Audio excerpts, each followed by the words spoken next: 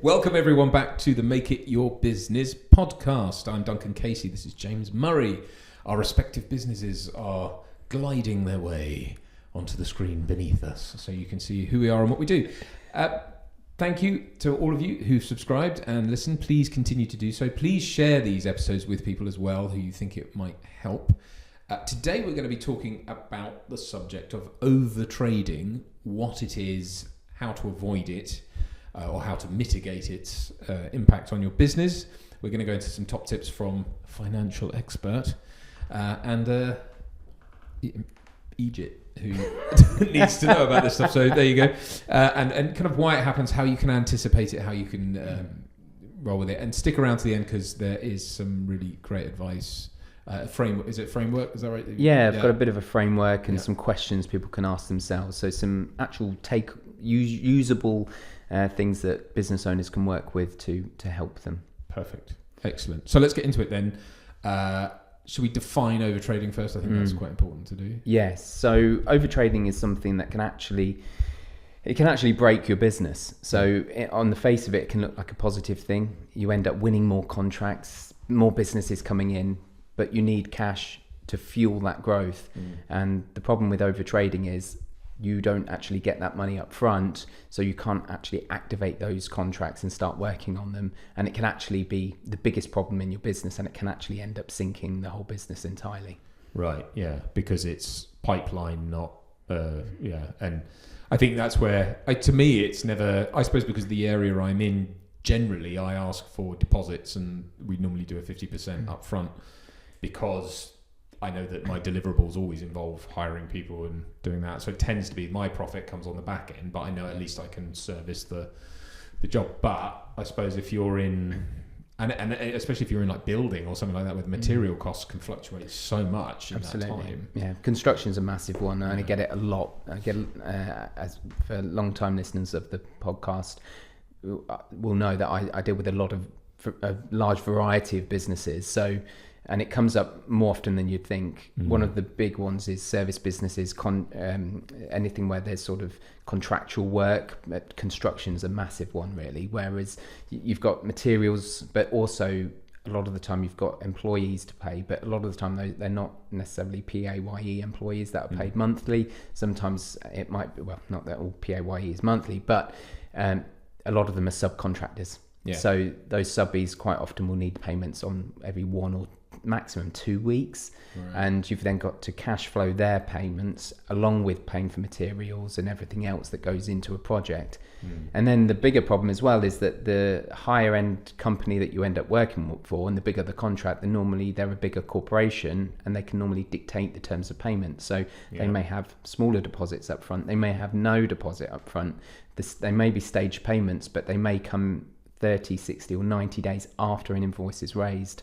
So there's lots of things that then happen that you think within a business that, oh great, we're doing really well, we're winning all these new contracts. But I think business owners sometimes confuse revenue with cash in the bank or profitability, and they're very, turnover and revenue are very different to actual bottom line profits. Oh yeah, and it's astounding to me the amount of business owners.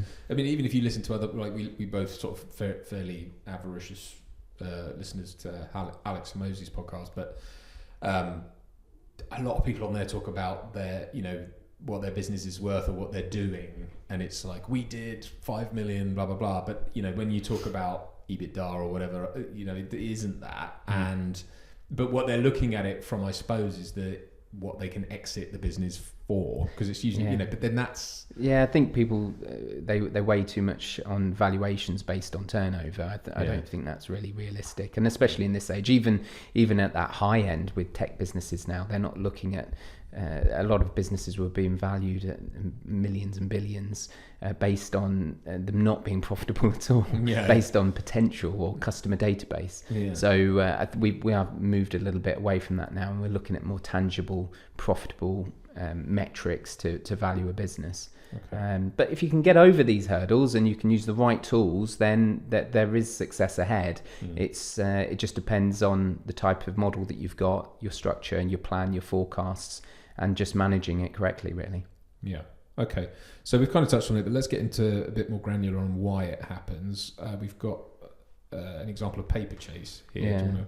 Yeah, so Paper Chase, they're probably one of a name people will know, and I think they just expanded too quickly. So unlike there's another example in the construction world, you've got like Carillion, and I think that was a classic case of some bad contracts happening that just ended up falling through. So that the minute one happens, it's a bit of a domino effect. So that's a classic case of overtrading. I think with Paper Chase, and I don't know the full details of it, but I think with those guys, I think they ended up trying to grow too quickly and take on too many stores. Yes, and the costs of bringing on all of those stores amounted to eventually it got ahead of itself, so it couldn't actually bridge the gap and cash flow that amount to get through to the next stage. So they went bust. It was an odd model that as well, because they were a sort of premium card company and wrapping or whatever. But you've also got all your card factory and all the real budget stuff that most people go to, or supermarkets. And now there's Paper Chase in Tesco or whatever. They have a section. It's like, but it's next to the Tesco cards.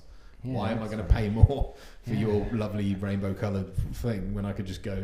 I'm always amazed by these independent card shops. Yeah, and they don't. They have a really low footfall, no internet presence, and I just never know how they survive, how they keep going. The margins there must be tiny margins. The revenue must be tiny as well, because they might be They maybe have 30 customers come in a day, maybe a 50% conversion, an average sale cost of £5. How do they survive? They've got to employ somebody to stay in the shop. I'm not delved deep into it, but I don't know. I mean, you probably want to own the premises. Maybe it's a lifestyle business. Maybe it's a. I suppose it is an acronym that seems to be used unironically by Americans, but to me sounds ridiculous. Is CAC. Oh yeah, which is cost to acquire, cost of acquisition, whatever it is. But so in the case of someone like that, it's like, well, the CAC is probably quite low, I guess, because you don't spend on people need cards for occasions, so they just walk in. But I know what you mean. It is a. I don't know that they would. It's just a volume. That's where Card Factory and those type of businesses have done okay, because they have gone on volume. Yeah. But I'm talking, you go to a little town somewhere and there's a little card shop somewhere, and you think, wow, how are they making any money? I don't. Yeah. Well, low overheads though, I guess, because if it's a small town. Yeah, not in Stamford, but that's true. That's true. So that sort of leads us on then to point 3, which is kind of some of the warning signs of overtrading. Yes. How can people tell? Yeah, so I've kind of put together a bit of a list, as I say, speaking to people. There's 4 questions to ask yourself, and depending on the answer of these will tell you or be warning signs that you might be overtrading or about to overtrade. Mm-hmm. So the first one being, are you consistently turning down work because you can't cash flow it? So are you getting an offer of a job, an opportunity comes out, and you just can't take it because you can't cash flow it ahead of time? You're potentially overtrading, or could potentially overtrade. Second one, are you relying on expensive short-term loans or payday-style funding to keep the lights on? So if you're always in this sort of short-term debt cycle where you're relying on these types of facilities to keep you going, again, that's a surefire way of knowing that you are potentially overtrading. Would a credit card count? Not necessarily. It depends how it's utilised. So if it's managed debt, then it's fine. But it's when you're sort of relying on these things just to keep you over, pay all the contractors on a Friday because everything's coming in, and then on the Monday you're just running such a tight ship. It only takes one element to go wrong, and then the whole thing falls apart. Take note, Rachel Reeves. Sorry, the third one, are suppliers chasing you while you're waiting to get paid? So being chased by your suppliers isn't ideal. Sometimes it's a strategy that businesses use to delay payments, and that's fine. But again, I'd always say about building good relationships with your suppliers. If you're a good payer, then sometimes you can get better credit terms moving forward. So if that's a constraint on the business, that's something that you need to be aware of. And then the fourth one is, this is great. So do you have revenue growth without proportional rise in available cash? So you're increasing your revenue, but your bottom line isn't increasing. So that means you're working harder, but you're not actually getting any more of a benefit for it. Yeah. Again, that means that your operations might not be might be out of kilter with the top of funnel business. So you need to kind of evaluate where that's going wrong and assess where you can make those changes. Because in theory, if you're increasing your revenue, really need to be improving your profit, well, not your profitability, but your top line net margin, profit, your margins. Because well, you're not necessarily, your margins might increase because of just really with economies of scale. Yeah. But not necessarily. That's not a guaranteed thing, because it might be that you're taking on a bigger contract with a smaller margin business, so your margins might actually shrink. Mm-hmm. But in theory, you still want that bottom line to be going up. Right. Yeah. But if that stayed the same, let's say you've got £1 million turnover business and 100k net profit, and then, or let's call it operating profit actually, because there might be some other costs that come out of it. But you've got an operating profit of 100k and £1 million turnover. If you've improved that to £1.5 million turnover, I'd at least want to be seeing at least a 20% increase in my bottom line. Right. Yeah. Broad stroke figures anyway. Because also, I don't know. I'm not a captain of industry necessarily, but you would think that someone would want to factor into that.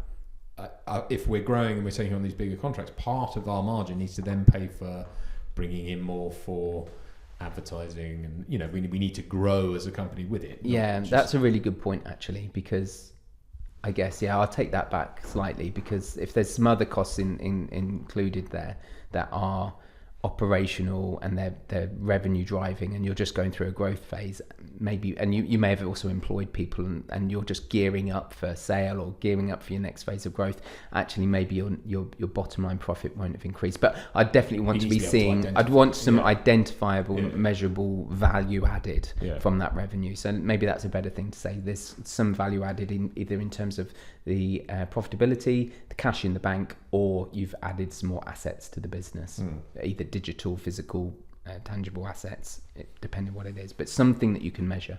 Okay. So funding options then. Let's go on to that. How do we?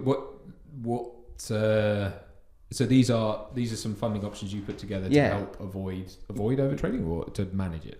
Well, I have a lot of conversations with people that don't really know what position they're in, and they might be trading for a couple of years and they've just hit a brick wall and they can't grow anymore.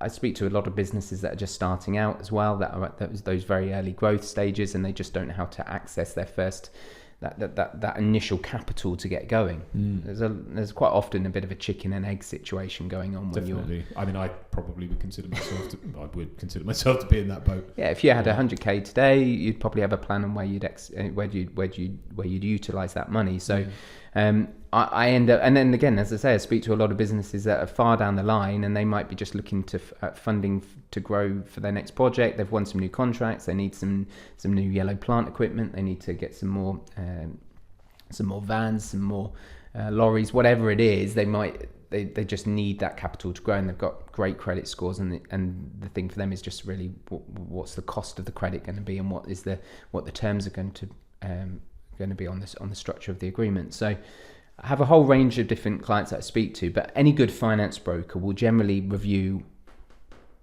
all areas of funding.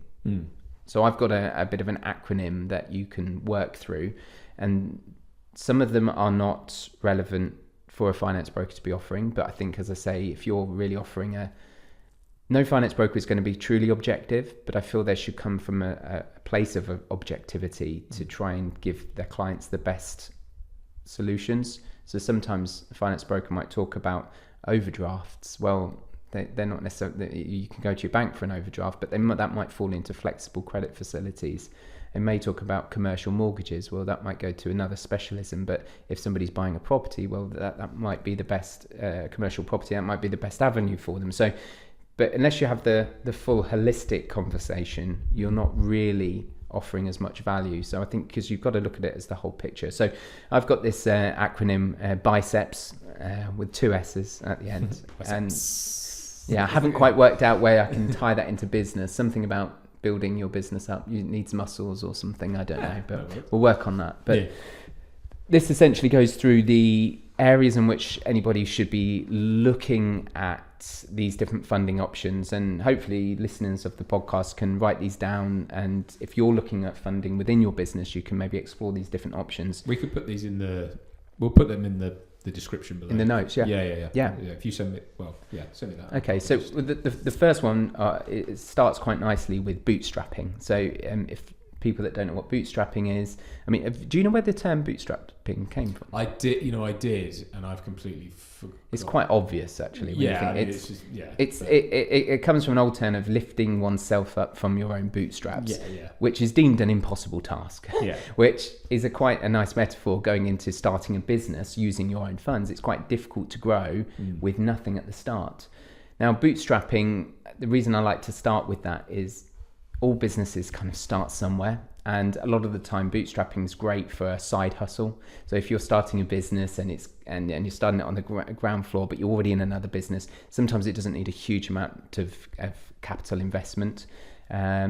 But then there might be other times where you've saved and squirreled away all your money to invest into this project that you want to go forward with. Now, for example, I think Dyson was a great example of bootstrapping. I think he originally used his own. I think he borrowed some money from family originally to invest in his first pieces of equipment, his inventions. And that's essentially what bootstrapping is. And I think it's a really good place to start because it works out what have you got, what skin in the game have you got as a business owner, what are you putting into the business? And even as you go through to other credit applications and start to talk about other funding options from investors and so forth, that's actually an important factor that you'll always come back to. The next one's I for Invoice Finance. So that's also known as invoice factoring, discounting, selective factoring. There's different types of terms for it, but it's essentially where you are borrowing money against your unpaid invoices. So you're bringing them forward ahead of time. Now, it's not relevant for every industry. If you've got a B2C business, so a business to customer, then you can't really, you can't borrow against those types of invoices, but you've probably got different payment terms anyway if it's B2C. Right. But these are really designed for businesses where you've got big contracts with companies and you might have 30, 60, as I say, sometimes 90, maximum 120 day payment terms. And let's say you've got a contract for £10,000 worth of invoices out with a supermarket. They're not paying you for 60 days. You can get 80 to 90% of that invoice paid up front once the work's been completed. That then brings your cash flow forward. So it's very relevant for the conversation of overtrading.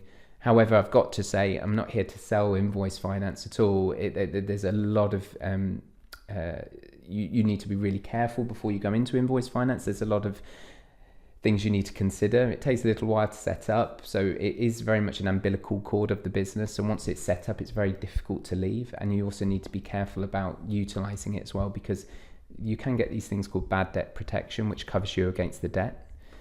The reason that it is successful is the debt is the finance is set up based on the credit of the debtor. So if you've got good debtor book, if your clients are high-end supermarkets, maybe local councils even, ironically, the bank the bank get comfortable with lending because in theory they're basing it on their credit score, not necessarily yours. So, but if one of those goes bad, you then gone and spent the money, you're still on the hook for it. So again, you still have to be careful, whereas normally it's the same problem but brought forward as if you didn't have the invoice finance. So it's one of those products I could talk to you for a long time about. There's lots of nuances around it, but it's definitely something if you've got a business where you've got long payment terms. Construction's a bit different. It is very popular in construction, but because it's contractual debt, the way in which you do the jobs, it might be done over a period of time. Orders might be signed. There's specialists that offer this funding in different types of fields. Because it's all, it's at the end of the day, it's margin that's just being eaten. Like anything, it's like bringing in an angel investor and giving away equity. All this stuff is essentially equity in your business. We will get to them. Yeah. Well, so, yes. Sorry, but you're absolutely right. Now, when I've spoken to people about invoice finance before, when they've got a very clear sales model, a lot of the time, let's say it costs them a total of 5% of their invoice of net of each for invoice it's costing them to utilize invoice finance. they ultimately add 5% to their sale price. And it's easier said than done. But then I suppose, there's 5% of that as well, isn't it? Yeah, so it's always 5%. But essentially, they're trying to get that the clients to ultimately pay for this facility. Yeah. But a lot of the time, the only other advantage with it as well, so I feel like I'm pitching Invoice Finance here, but is also the credit control. So you can then hand that over in on the factoring side and just know that somebody else is chasing those debts for you. So if you were looking to employ somebody in credit control anyway, then probably again that might be 5%. Yeah, exactly. So that's Invoice Finance. Next one's C for cash flow loans. Now this kind of covers, and I'll cover working capital facilities in here, which could cover stuff like overdrafts, but what this is structured finance, unsecured loans that you maybe have from a 24-month period through to maybe 60 months that are designed to help the business's growth. It's a cash injection into the business that's going to help with the scalability of that company. Now, a lot of people are appealing to this. There's schemes like the GGS, which is the Growth Guarantee Scheme, which is backed by the government. So a lot of the loans of the loans that they do under that can be covered under that scheme as well, which can give customers a bit more protection. It gives the banks a bit more scope to lend. They get 70% of the debt covered by the government, which is meant to increase the amount of lending that they'll give. Now, as I said, I'm going to touch on another type of loan later because they're very different. This type of loan is set out to help your business grow. It's a facility that's there to work with it. The problem is a lot of businesses I see, they sort of think, great, if I could have 500K's worth of unsecured debt spread over 6 years or 5 years, I can afford the monthly payments and I'm going to invest it in XYZ. The problem you've got is the way in which they measure the serviceability and the amount that you can borrow can be based on, maybe it might be 100% of EBITDA. It might be based on you having 2 years of profitable trading accounts. It might be that you've got that your homeowner might come into it sometimes. So there's all these algorithms that are working out how much they will lend you, and it is limited. So a lot of the time, the businesses that need a big cash injection, unsecured, because they're not buying an asset with this, it's going into staffing costs, marketing, it's going into a project, it's all sorts of different things we could talk about all day. But you've not got you've not got the balance sheet, you've not got the accounts to back up the lend. So the amount that a lot of clients want, it's not always accessible to them. And it's the same with the overdraft. It's the same with a flexible credit line or anything like that. Although these facilities are designed to help the business grow, it's very much step by step. So you have to still be quite patient, similar to with the bootstrapping. And in a way that's right for scalability, especially if you've not had any debt before. And it's to obviously protect you and the bank. But yeah, it is limited on the amount that you can get. Yeah, we could, I think, to do a separate episode maybe talking about how to approach that, because I think that's something that I know as someone who's I'm very much in the bootstrap camp, but I think it would be good to know now with like 2.5 years trading under my belt and all that stuff, how someone in my position would approach that. So maybe we can do an episode on that. Well, and I'll cover another type of loan as well later, which kind of distorts it slightly and does confuse people. Okay. The next one's E for equity. This is a fun one because I think there's a lot of narrative online about selling to investors, selling part of your business. I think a lot of people are quite incentivized to build a business and sell. It's not as easy as people might say. There's a lot of trust involved, and unless you're building there's a category of different sales size businesses. So there's a type of investor that invests £10,000-20,000, and there's a type of investor that invests millions of pounds. And they're very different type of investments. And the type of, actually, on the smaller side, there's actually, in a way, sometimes more KYC, which is know your customer checks that go on, and there's more trust needed because actually that investor hasn't got as big a pot to play with as somebody that's just spending and using their their wealth to go and buy up businesses. So the thing with equity and investors, you need to be able to find one first of all. So finding the right person that comes into your business, because if you get the wrong one, actually a lot of people go into self-employment to not be employed, but if you go and bring on a partner that actually hasn't got the same values, their mission doesn't align with yours or their vision, although that can have a positive effect if they can be a mentor type figure and help you on your way, that's great, but it can have an adverse effect. Actually, shout out to Mike, I think it was Mike Green who brought this up once. I can't remember if it's to me directly or I forget, but I heard him say this once anyway, that like a lot of people think, I can give away up to 49.9% shares in my business and still retain control, but that's not true, is it? No. People can get control just from a small share. Absolutely, and I think it's about more than just legalities. It's about getting back to the core basics of owning a business. Why did you get into this? And I think these are the questions you have to ask yourself. What is your purpose of owning a business? Is it about, without sounding too woo-woo, the journey of it, the building? And if you're not really building your thing anymore, was it really worth it? Would you be better having a higher paid job within another business? So yeah, bringing on investors, it's quite complicated with regards to finding the right one. It's building trust. My tip with this is actually to look more internally and find people within your network and people that you already have that trust and that bond with, maybe people that support you and maybe senior figures that want to see you do well. There's obviously some schemes as well that people can look into. But yeah, it's not as simple as you might think. And then also, if you are building something great, it could cost you a lot more in the long run, because actually, although you might have some get out clauses and you might have some, you might be paying back a percentage per month, or there might be some share options, whatever the strategy is for the investor.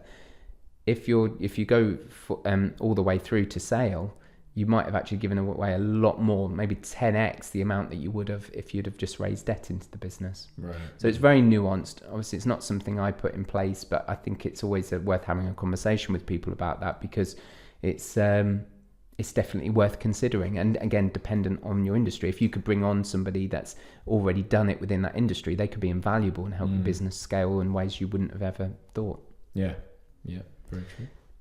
What are we on now? P. Oh yes, So that's for payday loans. So payday loans are obviously known for, and I referenced this at the start, the other type of loan facility. Now they're more for private individuals, but payday loans, they work really within these sort of short-term loan facilities that are available quite widely spread online, and they're still, again, an unsecured loan. Normally they still have personal guarantees for directors, but they are typically under 24 months agreements, normally 12, and they're very, very expensive. Now, there are scenarios where if there's a clear return on investment, it can still be worth having having this loan implemented into your business if you've explored all the other options. The problem is, I wouldn't say a lot of brokers, but there are many brokers out there that this is their first solution. Right. So you may go and inquire to go and get some funding. These are actually quite easy to set up. If your business is actually doing okay, you could probably quite easily apply for one of these loans and have the money in your bank within 24 hours. So they go on route of least resistance, big numbers game, but you're not getting that consultative approach. So I'm very careful about talking about these short-term loan type facilities, because they sometimes do more damage than they do good, but they're very tempting. If you, as we say, you've got this young business, it doesn't have the history of the trading accounts, it doesn't have anything to show for it. It might be the only option to get some debt into the business. And I think people can end up falling into the trap of getting into a cycle in the same way of a payday loan, and it actually really stagnates your growth. The other little secret here as well is underwriters, when they're looking at loan facilities for asset finance or unsecured loans at the more prestigious banks, they can see which agreements you've got in place already. Right. And they quite often look at your bank statements. If they see a lot of payday loans on your bank statements, it doesn't always look that good. Well, they're going to go, we're just paying to service that.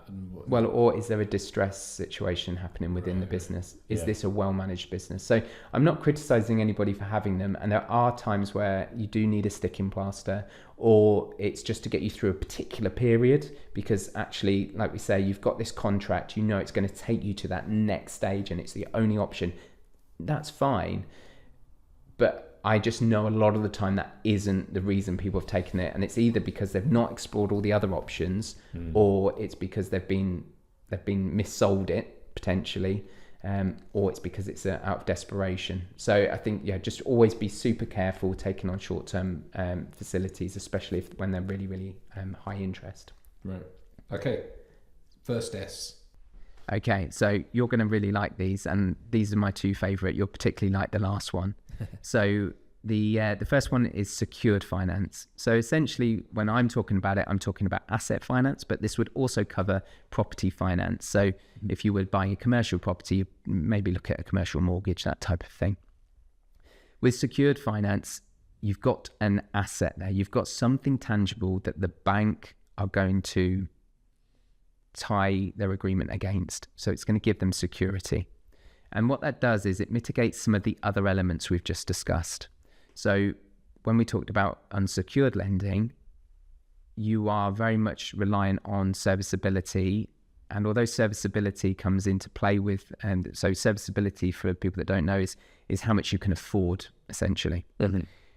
When you are buying an asset, because there is an asset there to secure it against, and also the asset might be income generating, that helps. So a couple of times, I get this all the time, clients that are renting equipment. So that's a big drain on their resources. Now, if they're growing, they might let's use an example of a construction company again. A construction company might be renting out an excavator at £500 a week. Now, they may then get an opportunity to take on another job, and that job might be a 12-month project. Now, they don't want to then rent that excavator because this new job comes in. They don't want to rent that for £500 a week. The cost of actually buying that on hire purchase might be £500 a month. Right. So that's a £1,500 saving. They've already shown that they can afford it in their current rentals. They've got a new contract coming in. So all of a sudden it makes a write-up and it makes it a very appealing proposition to a bank. So you can then buy more assets easier and you can invest into these things. So the great thing is with asset finance is normally you can find a direct return on investment for purchasing the asset. It's normally sometimes a cost saving in theory because there's a reason that you're going to be purchasing it. And it just makes the whole purpose of financing better. Now, the problem I'm having at the moment is that a lot of clients I get, they don't necessarily need the asset at this point. They just need the cash flow to pay staff's wages. They need to pay contractors, these intangible things. And that's where you then can't attach asset finance to it. However, if you have a business that has been trading and you've been buying assets, either on hire purchase, which you now own, or you've been paying cash for them, you have these assets on your book, you can then leverage those assets and raise finance against them.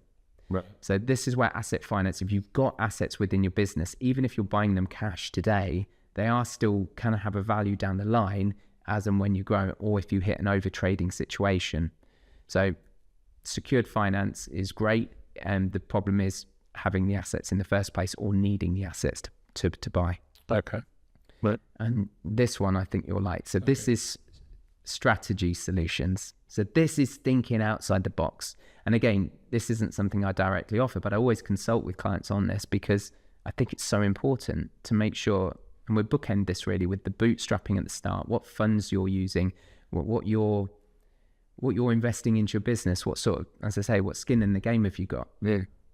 When you're looking at strategic solutions, there are a lot of things you can do. You mentioned taking deposits. A lot of clients I speak with, they might not take a deposit or they might take a very small deposit. Can you increase the percentage of that deposit up front? Can you bring your invoices forward? Can you stop taking certain credit cards that are going to give you charges?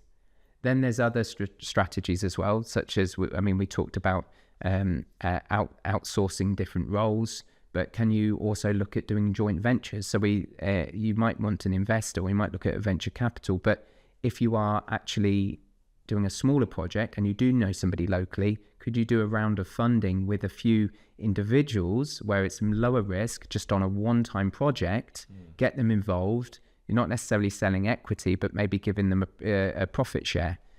Things like that, where you can think of doing, and again, that would work within a community that already know you and trust you and want your business to do well. Affiliates, I suppose. Affiliates, or any ways of that you can sort of strategize. There's also things, I'd put government grants under this, especially if you've got a SaaS business or a technology business. If it's innovative, then you can quite often look at different grants and apply for those types of things. So that's another way in which you can access cash. There's also the new business startup loan as well. So generally, I found people to be more successful if they are a homeowner on this. Okay. I mean, just to touch on that, the reason that homeowners seem to get better credit terms a lot of the times is it's just purely statistically. Banks get a better return rate historically with homeowners than they do tenants, and it's purely that's how it's built into the metrics of how they measure. That's not necessarily because the loan is secured against that. No, it's just an algorithm thing. It's just because over years they've had a better return on their. They've had more defaults with tenants, so it's really feels really wrong, because you could have a homeowner that's in negative equity, and then you could have a tenant that's got a lot of liquidity, and so it doesn't necessarily mean you're more creditworthy, but in theory it can work against you. So, but sorry, back to that. The New Start business loan, it's kind of like a personal loan that the government put in, and they offer. It's like I think it at the moment, time of recording, I think it's like a 6% annually. So it's really competitive rates, and you can get up to £25,000. And they also offer like a tutor or mentors as well. And how do you? But don't you?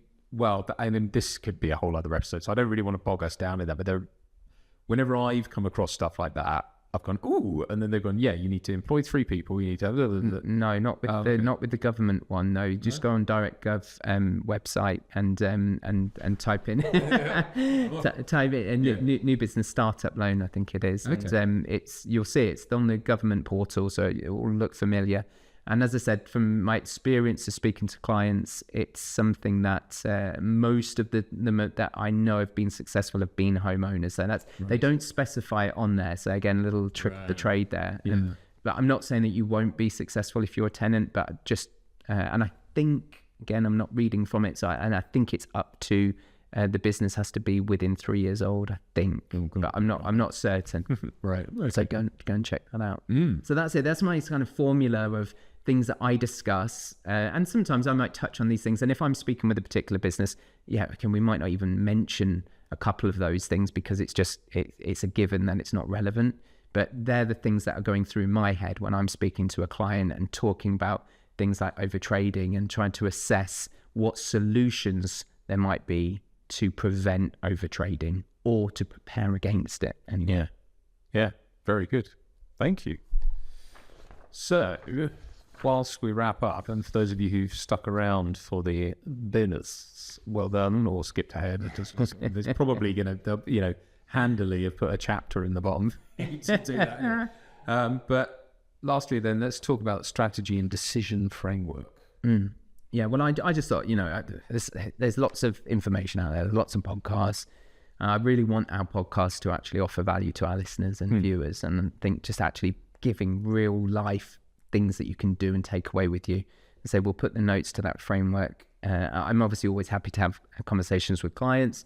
I'm not trying to pitch myself here, but I don't charge consultation fees for any of that. So we're remunerated purely based on commissions that we get from the bank. So that's only if we actually transact business, but we have very much a business karma type model. So we offer value up front like we're doing here, and the rest will look after itself. So always happy to answer questions or make an inquiry, and we'll come back to you. But I've got 2 key questions before you decide. So what is the cost of growth versus the cost of funding? So for example, is that 50K contract profitable if it requires expensive debt? So is it worth going after that whale if all of the costs of hiring the fishing boat, and I'm going down an analogy I didn't know I was going to start here. Well, but keeping the aquatic analogy or the native or the whatever, it's Red Ocean blue ocean Yes, stuff, right? Yeah. So Yeah. Well, I mean, is it worth going down? Because is the investment worth it? And I think it's a good way to look at as debt as investment. What can you make it? Can you make it work for you? Yeah.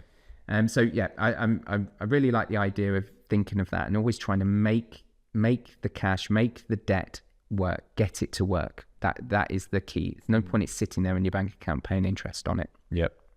And then, yes, I wrote this down. So am I prepared to share? I'm quite passionate about this because I think I know a lot of people that have gone into business with investors and they then become very unhappy because of the targets that get set, especially if it's a proper venture capital business that have got metrics you have to hit. It feels like you're being employed again. So the question to ask yourself is, am I prepared to share ownership or control to get investor capital, or do I want to retain independence? Ultimately, ask yourself what your vision is for your company. We're plagued with overloads of information of what we should and shouldn't do. It's important to truly understand who you are and what you want for your company, as this underpins everything. And what I'm trying to say there is, well, what started you out? What made you want to start your business? What are your values? What are you trying to grow? And I think we always are told about growing this business to sell, but there's nothing wrong with having a lifestyle business. There's nothing wrong with having a boutique, profitable corporation that maybe employs a couple of people. Maybe you're a solopreneur, that's fine, as long as it fits within your values and also your risk tolerance. Because when you go to bed at night, you want to be able to sleep. And if you've signed up for something that you didn't really want at the start, you're going to be out of kilter. So I think really important to know what you want, know what your values are, and make sure that aligns with any debt or any investors that you bring on. Okay. And then I've got some top tips. So always forecast cash flow 6 to 12 months ahead. Again, another plug here. I've got a cash flow forecast, free download on my website. You can go and get that as well. www.jamesmurrayfinance.co.uk. You can go and get that, download it, and you can do a 12-month forecast on cash flow. So that will really help. Effectively, we'll see if you are going to be overtrading. It will show if you're in a negative balance, put all the costs in, and you put as much detail into that as you like. I'm going to do that. Sounds good. And then don't be seduced by revenue growth headlines. So we said earlier about the profitability. I think you made a really good point there, actually, that maybe I hadn't fully thought through before we did the pod. But actually, are you going to get either profitability from that increased revenue or something tangible, some value add to your business? And then finally, understand your sector's limitations. So construction is very different to retail. So listen to experts within those fields sometimes. Yeah, brilliant, lovely. Well, as you've this is I'm quoting something James has written here, but overtrading isn't about being bad at business. It's often the side effect of success. So it is, like we say, a lot of people would probably see it as a nice problem to have, but it is still a problem. Yeah. So it's a sign you're doing something right, but it is something you still have to manage, strategically. Yeah. And be aware of. I think sometimes it's very easy to sort of go, that's a problem for future Duncan, and oh, boo-hoo, what a terrible problem to have. But actually, as you say, is as long as you're aware of it and you go into it, with a solution in mind, then I think you said on a previous show, revenue or turnover is vanity metrics. And I think it's the same as also you try and win a big contract. I'm working with that company and that company. That's great, but is it going to serve your long-term goals? Yeah, and you absolutely should get excited about it, but you also need to make sure that... And it is something you need to think about. I mean, like I do it now when I'm setting myself up. I'm like, I want all this stuff to work. I want inbounds and I want it all to work, but I need to know that that I'm keeping as much control over the deliverables as possible, because I need to know that once that does come in and I start putting the mechanisms in place, that I'm not going to just run into like having no profit at all. So it is, and you also factor in tax. You've got to factor in, your operational costs have to be borne by a lot of this stuff as well. Yeah. So it's not just, your margin isn't just pure profit either. That's got to pay, keep the lights on and all that stuff. So it's very important. And it is something, I know it sounds really basic, but it is something that a lot of business owners just don't think about. So anyway, brilliant. Okay, lovely. Well, I think that's that's about us for this episode. Thank you for sticking around. Thank you, James, for that very, very, in-depth, amazing chat on overtrading. My pleasure. It was great, and I've definitely had lots to think about. So that's really, I've got lots to work on from this episode. So, and as I edit it later on, I should be going right. Look at that, and I'll put links as well to some of the stuff we talked about in the description. Yeah. So yeah, lovely. Well, thank you all. Please like, comment, subscribe, all that usual stuff. Thank you for listening. Share. Please do share. Share's the good one, right? Definitely share this episode with people because there's lots of fantastic information in it. And we'll see you again soon. Thank you.